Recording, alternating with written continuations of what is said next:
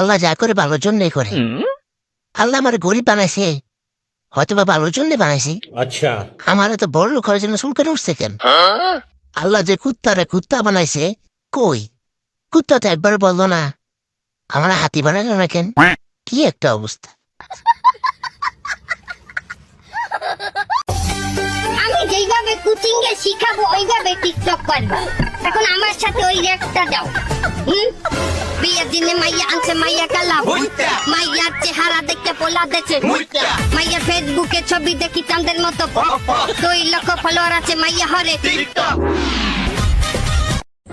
ভেবেছিলাম জীবনটা গুছিয়ে নিব, কিন্তু বড় কথা হলো এত বড় ব্যাগ কই পাবো।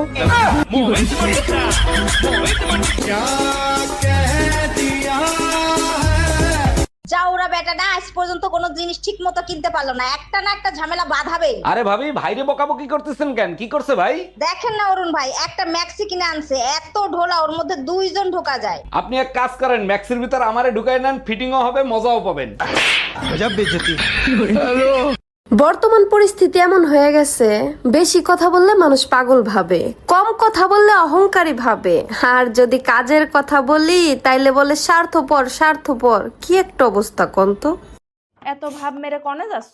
বন্ধুদের সাথে ঘুরতে যাচ্ছে। কোনো জায়গায় যাওয়া লাগবে না। তুমি সবসময় আমার সাথে এমন করো কেন?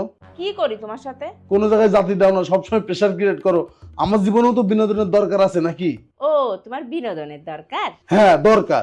আরে এই সাদ মামা টিপ দিয়া যা রে, কে ভালো কে রে মন্দ, কি বিনোদন হচ্ছে আমি চিনি না রে। হক মাওলা, অরুণ বাবাকে কিছু দান করেন, অরুণ বাবা দোয়া করে দিবে। দান করব বাবা, সমস্যা নাই। তার আগে বলেন কলিং বেল তো নষ্ট, আপনি কলিং বেল বাজালেন কি করে? আমাদের মতো ফকিরের ভয়তে আজকাল কেউ কলিং বেল লাগায় না, যাদেরও লাগানো আছে তাদেরটা নষ্ট। তার মানে আপনি কলিং বেল ঠিক করে তারপর কলিং বেল বাজাইছেন, তাই না? আরে না, আমি তো কলিং বেল সাথে নিয়ে চলি। ইন্টারভিউ দিলে চাকরি হামু, এতে কোনো সন্দেহ নাই। এরপরে নিজের পায়ে নিজে দাঁড়াইতাম হারুম। অসম্ভব, তুমি কিলে চাকরি করবে? আয় কি ঘরে কোনো কিছুর অভাব রাখছিনি? আয় পুরুষ মানুষ বাইরে ইনকাম করুম, তোমরা শুধু ঘরে বই এগুন খরচ করবে। আয় এত কষ্ট করি পড়ালেখা করি, সার্টিফিকেট অর্জন করি, আল্লাহ বললো কি শিক্ষা যেটা অর্জন করছো এটা সংসার জীবনে কাজে লাগাইবে। আয় বাতরান দুম আর উডাল কুয়ামু, সার্টিফিকেট ইয়েনি সুকে যে সাজারা ঘুমিয়ে নে তো দরকার হলে তাই করবে, কিন্তু তুমি মহিলা মানুষ চাকরি করবে দরকার নাই। একটা জিনিস বুঝার চেষ্টা করো, জামাই বদনুকে যদি ইনকাম করে তাহলে সংসার জীবন সুখী হয়। লাভটা কিন্তু কাঙ্গু 2 জনেরই হইব, একটু হিসেব করিস। দরকার নাই আর এত সুখের। আজ যদি আমি বেকার ঘরে বইটা হইতাম তাইলে মানে লইতাম তুমি বাইরে যাই চাকরি করবে। আমি পুরুষ মানুষ বাইরে কষ্ট করুম, তুমিও যদি বাইরে কষ্ট করো তো এই জীবনের মানে কি? এক আজব পুরুষ লই আইয়ে আসি না, আইগেরে আর বুঝন যাইতো না। আর মায়ের দায়িত্ব দিমু জামাইগেরে বুঝে লই বেলাই।